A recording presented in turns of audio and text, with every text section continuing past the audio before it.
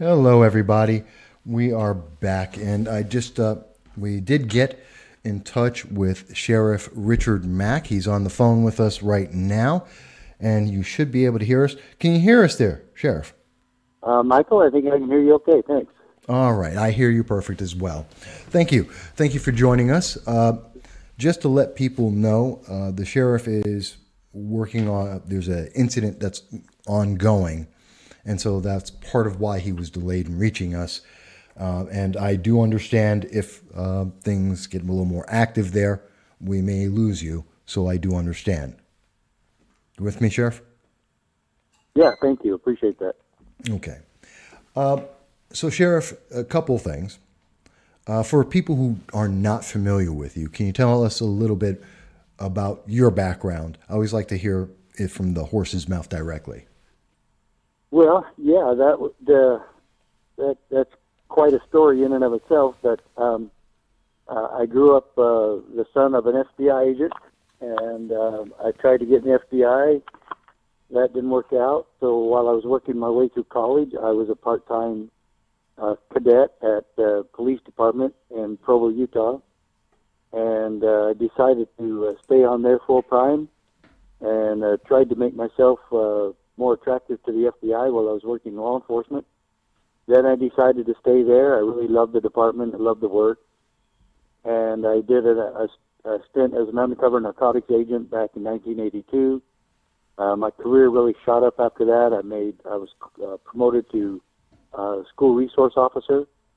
And then after that, corporal, front desk sergeant, detective, patrol sergeant, public relations officer, and then after that, in 1988, I moved home to Arizona and ran for sheriff and was elected twice.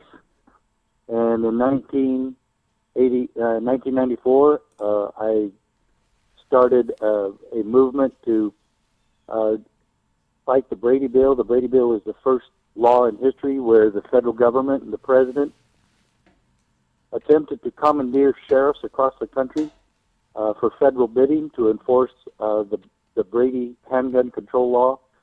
And I said, there's two things wrong with the Brady Bill. One, it's gun control, and I took an oath to oppose gun control when I said I would uphold and defend the Constitution. Second, the federal government doesn't have any authority or power to tell your sheriff what to do. Your sheriff does not work for the federal government. He does not take orders from Congress or the president. He works for the people of his respective county. And 6 other sheriffs joined me in that lawsuit. We went all the way to the United States Supreme Court, and we won. After that, I lost my third bid to be sheriff. And after that, I went on the lecture circuit. I wrote 8 books. And now I'm a high school teacher, and I'm an activist for freedom, and I chair the Neighborhood Alliance PAC, which is trying to get the nation to focus on arming our schools with teachers, with volunteers, former special ops, and former military people, former cops. It doesn't matter. We need to arm our schools, and that's what I'm about now. All right. And thank you for that summary and catching us up with what's been going on. You've had quite the life, very much an active supporter of the Second Amendment, and we thank you for that, and protecting our rights. I know that you have a very absolute position on the Second Amendment, that the government cannot tell us we cannot defend ourselves, our homes, and our families. And I applaud that. I agree with you on that. I do want to talk about the Neighborhood Alliance PAC in just a moment. But one of the things that I've been talking about, and I'm a major advocate of the Second Amendment as well, and I'm very much against these red flag laws.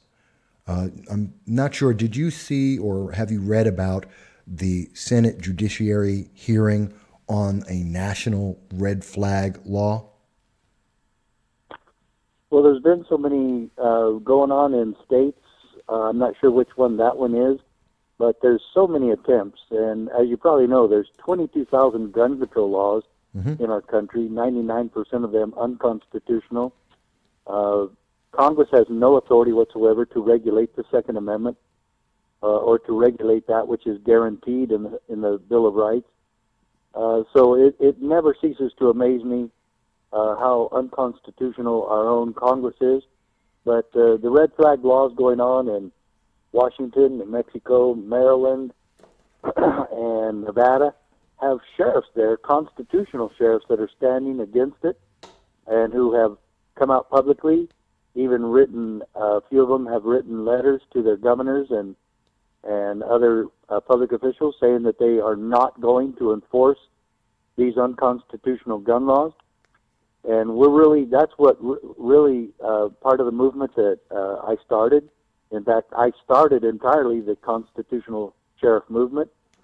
And we need more constitutional peace officers and sheriffs in this country to do just that, because we have legislatures throughout the country, our own federal Congress and our state legislatures as well, who simply refuse to follow the Constitution, not just regarding the Second Amendment, but many other issues as well, but primarily the Second Amendment. And so which one you're talking about right now, I'm sure I've heard of it, but I cannot put my finger on the precise one you're mentioning. Not a problem. Many of them they all have the same core ideology with different additions to it or subtractions. Essentially, we're talking about the ability of an individual or law enforcement to say someone is a danger to themselves and or their community, and because of that, to receive a warrant to take their property, and as a consequence, to take the children out of the home since it's too dangerous, even though no crime has ever been committed. That's the core of all red flag legislation. Yes, I did hear about that one. Yes, I absolutely did. And it's just frightening to see legislators who have no clue what they're talking about actually put law enforcement in that position. And another thing that's very difficult, if not impossible, and in some states illegal, for law enforcement to access mental history records. Oh, yes. It actually was against the law in Arizona. I don't think they've changed it since then. But when I was sheriff and they came out with the Brady Bill, we were supposed to, according to the Brady Bill, check all criminal history and mental history records. So at the time, those were protected, and it was against the law, and so our own federal government was trying to get us to break the law, and so that was another thing I refused to do. I wasn't going to break the law for them, and we all know how Janet Reno and Bill Clinton didn't care if you violated the law, because their agenda for gun control was they wanted to convince everybody that that was more important. So it's really difficult for law enforcement to make that determination. And it's really difficult for law enforcement also to just follow the whims of a CPS officer, CPS agent, who they're not police officers, and yet they want us to just go and do whatever they say, and we don't work for them. And so if a counselor or a doctor or, like I said, a CPS worker, if they want us to go and enter a home just on their say-so, that puts us again in a very precarious position, and it opens us up for a lot of civil liability that we simply cannot afford. And so we're taking law enforcement to the next level of trying to enforce these rules and regulations, and we really have no business doing so. Let me ask you, Sheriff Mack, in your knowledgeable experience, and especially with your work with the Constitutional Sheriffs and Peace Officers Association, which has helped to put well over 120 counties across the country fighting against these kinds of unconstitutional laws for gun restrictions. Let me ask you, especially in reference to the red flag legislation, one of my arguments against it is that this is a violation of the Eighth Amendment. It's a violation of the cruel and unusual punishment. What do you think? Well, the Eighth Amendment, I think, is one of the most forgotten and ignored amendments in the entire Constitution. Because I think if law enforcement actually paid attention to it, that we would see the other part of that amendment that you just quoted, and that is excessive fines and bail. Yes, that's true. I think that if we actually adhered to the Eighth Amendment, we would have to diminish by about 90% the traffic citations we issue, because they are excessive in the frequency that we write them, and they're excessive, way excessive, in the amount of the actual fine involved, especially if you get cited for anything in California. You're looking at on the average, the average ticket in California is about $700. Ow. And in Arizona, a simple speeding ticket is about $275. That hurts too. And I believe all that is excessive, and especially for young people who are just starting out in life and trying to get a job, and average families who are just living paycheck to paycheck, and then you get some police officer writing a $275 ticket, and especially the tickets that are so unconstitutional, that are photo radar and photo red light tickets, where the officer who goes to court to, if you contest the ticket, which I suggest everybody does, if you do contest the ticket, then an officer is there testifying who was not even there and did not see the violation occur. And you have a right to face your accusers as guaranteed in the Constitution. So we continuously, in order to make our police revenue collectors instead of peacekeepers and guards of the Constitution and guards of the Republic, we keep turning them into revenue agents. And that's one of the things that actually motivated me to run for sheriff, because I was so sick and tired of being in an department that everything was numbers oriented instead of people oriented and freedom oriented. And that's really where we're at today. The entire law enforcement community has been brainwashed into believing that our job is to kick in doors, arrest everybody we can, arrest all the potheads and drug users, fill up our prisons, and write as many tickets as we can, and then we're doing our job.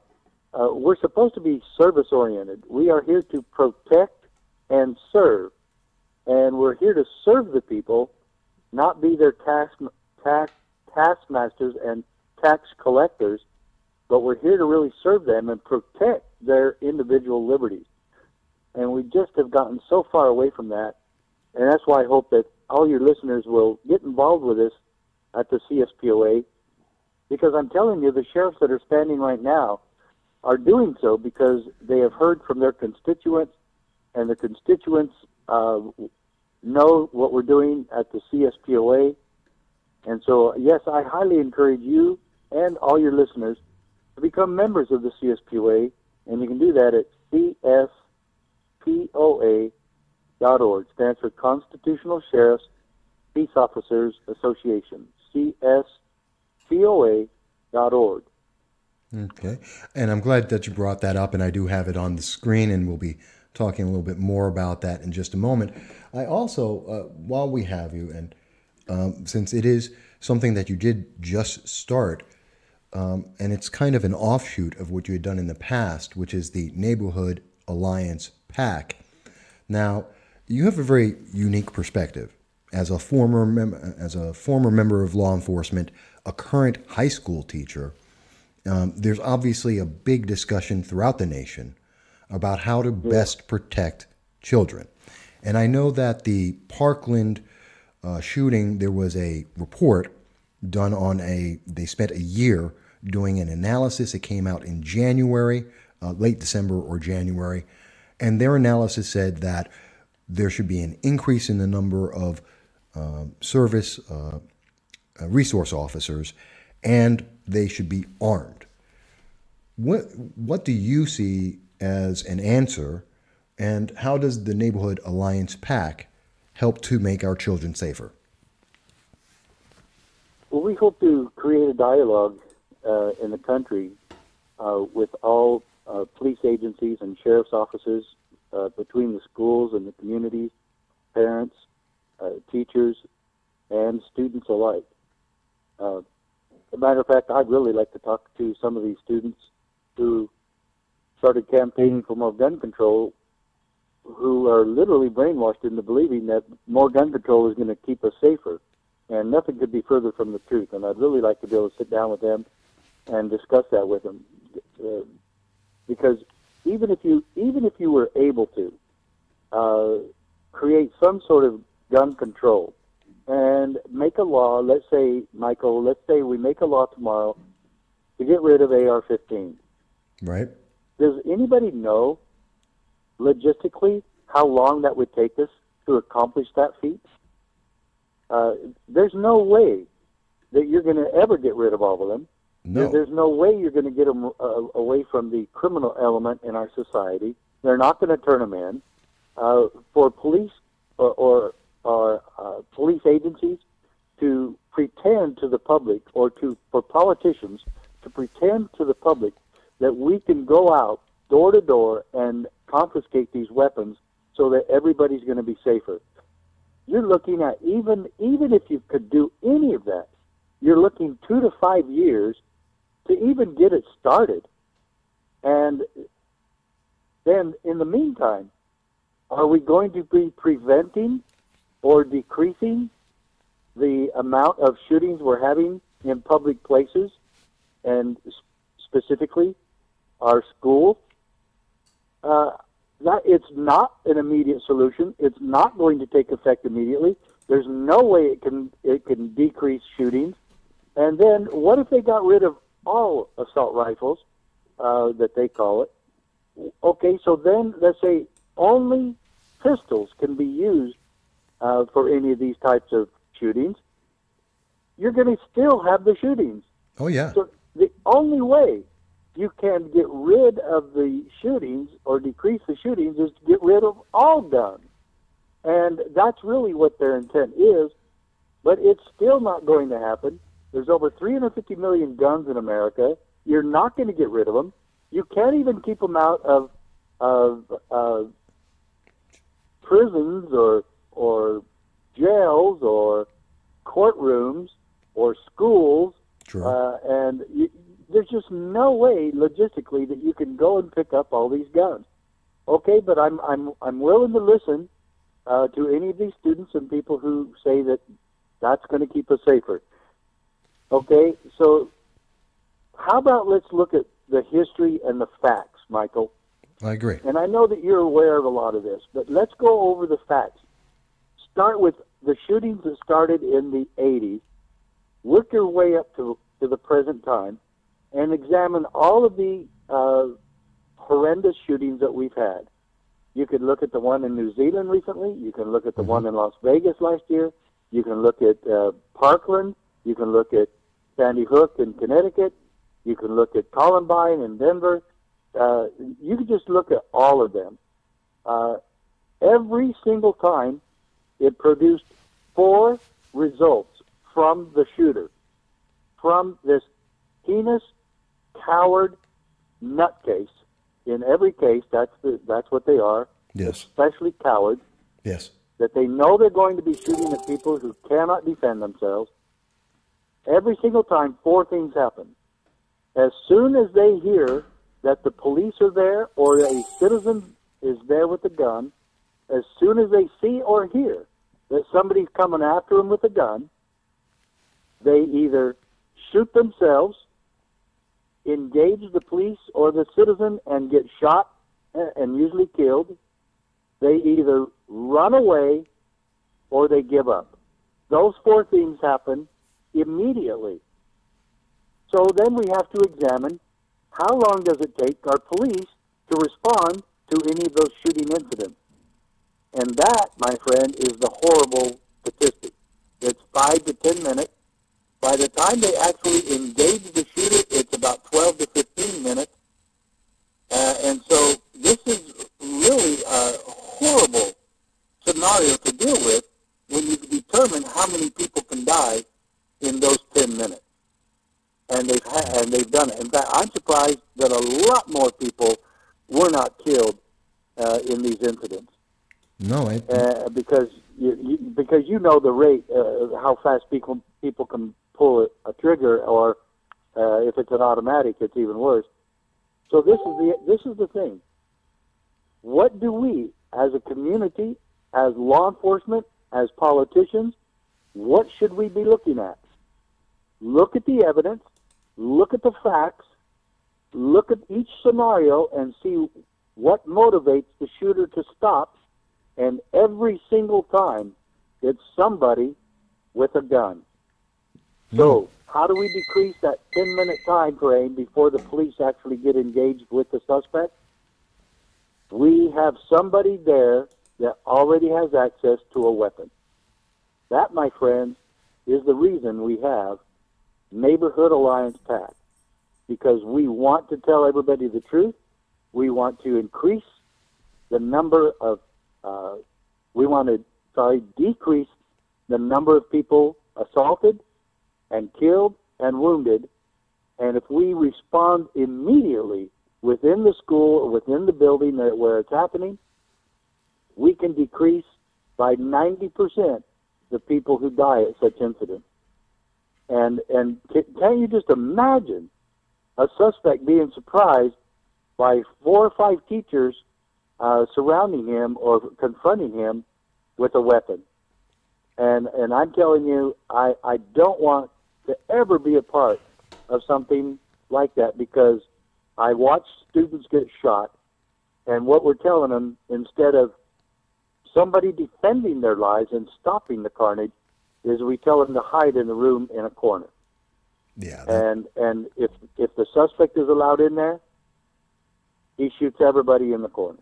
I know. And I don't want to face that anymore. I don't think it's proper. I don't think it's going to help one iota. But I can tell you, if you look at the history of all of this and the facts, you have to increase the speed at which somebody confronts the suspect with a gun. No, I agree with you completely, Sheriff Mack. I mean, the data is very clear. You're right. It's usually the largest number of people are usually within the first minute and a half of an incident. The sooner you can get there, the more dramatically you reduce it. Looking at Texas, when there was the church shooting and the gun instructor confronted that shooter with his own AR-15, that ended that incident instantly. And we see that repeatedly. And that's probably why Parkland has armed officers now patrolling, and their recommendation was for the rest of the state to follow suit. So I agree with you completely. We only have now one other thing. People have been. This subject is not all that new. Our PAC is new, and that we want to really press this issue across the country. So people have been wanting to know how they can help with this, and just go to our website, Neighborhood Alliance PAC. That's PAC. So neighborhoodalliancepac.com, and make a donation. Get on our mailing list. Get involved in this. Go to your local schools. Go to your local legislatures, and get involved in making sure that we can change the law where this isn't allowed at this point. And let's try a real effective self-defense methodology that's going to save the lives of our children. No, I agree with you. I mean, there's been 4 or 5 of these incidents where a citizen actually confronted the suspect and put an end to a lot of the killing. It's happened even in a church where an off-duty female officer did it. Then it was done at a school before where a teacher ran out to his car and got a gun. Yeah. Imagine how many students, and I believe that was Alabama, imagine how many students are being killed while he's chasing down his gun outside. And I'll add something else too, Michael. Sure. I don't really want to carry a gun at school. I carried a gun for 20 years. I don't mind carrying a gun, but I really don't want to have one on my person in the school. They're bulky. They're difficult to conceal. They get in the way. I don't want to have a student try to take one away from me. But I do want to have one that is very handy and in a very strategic location. And all the teachers who are trained must have access immediately to a weapon that is strategically placed within the school where nobody knows it's there except for us. The principal, the assistant principal, and those of us who are trained to defend the school and the kids, we're the only ones that are going to know where the gun is. And even if somebody found where the gun was, it would be locked up and secured to the point where only we can access it. And I like the locks and those that respond to your fingerprint or immediately are opened by the person who is allowed to open it. So I say let's do it that way. If somebody wants to carry it on their person, I'm not against that. If a teacher doesn't want to do this and doesn't want to be trained to defend the kids, that's fine too. But nobody's going to be forced to do it. But there's plenty of people who've been in the military, several, of course, teachers who've been in law enforcement or have been trained in firearms, or people who really want to do this and want to be trained. There's no magic in police academies or other facilities that train police. You know what? We're all citizens, and we teach citizens how to do this. And there's nothing wrong with teaching public officials and teachers how to do this and to be ready, to be prepared, and let everyone know we are not a gun-free zone. If you come here, we will shoot back. No, I think that's an important message, and I do agree with you on all of those aspects. I think it's very important that we have to take it. We've, as you mentioned, over 22,000 gun laws exist. We've been doing the same process for the last 40 years after each of these incidents, and we had another 128 additional laws added just in the last year, and none of them are working.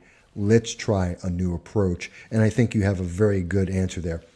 I know we're out of time, and I know you're working on something, so I do thank you for breaking up that incident, the situation you have ongoing, and I hope it works out well for you. But I do want to thank you. Well, thanks. Go ahead. I really appreciate being on with you, Michael. Sorry it was late, but thank you so much, and let's do it again. And again, let me give that website out. It's neighborhoodalliancepac.com. neighborhoodalliancepac.com. Absolutely. I've also got it on the screen, and I'll include it in the notes.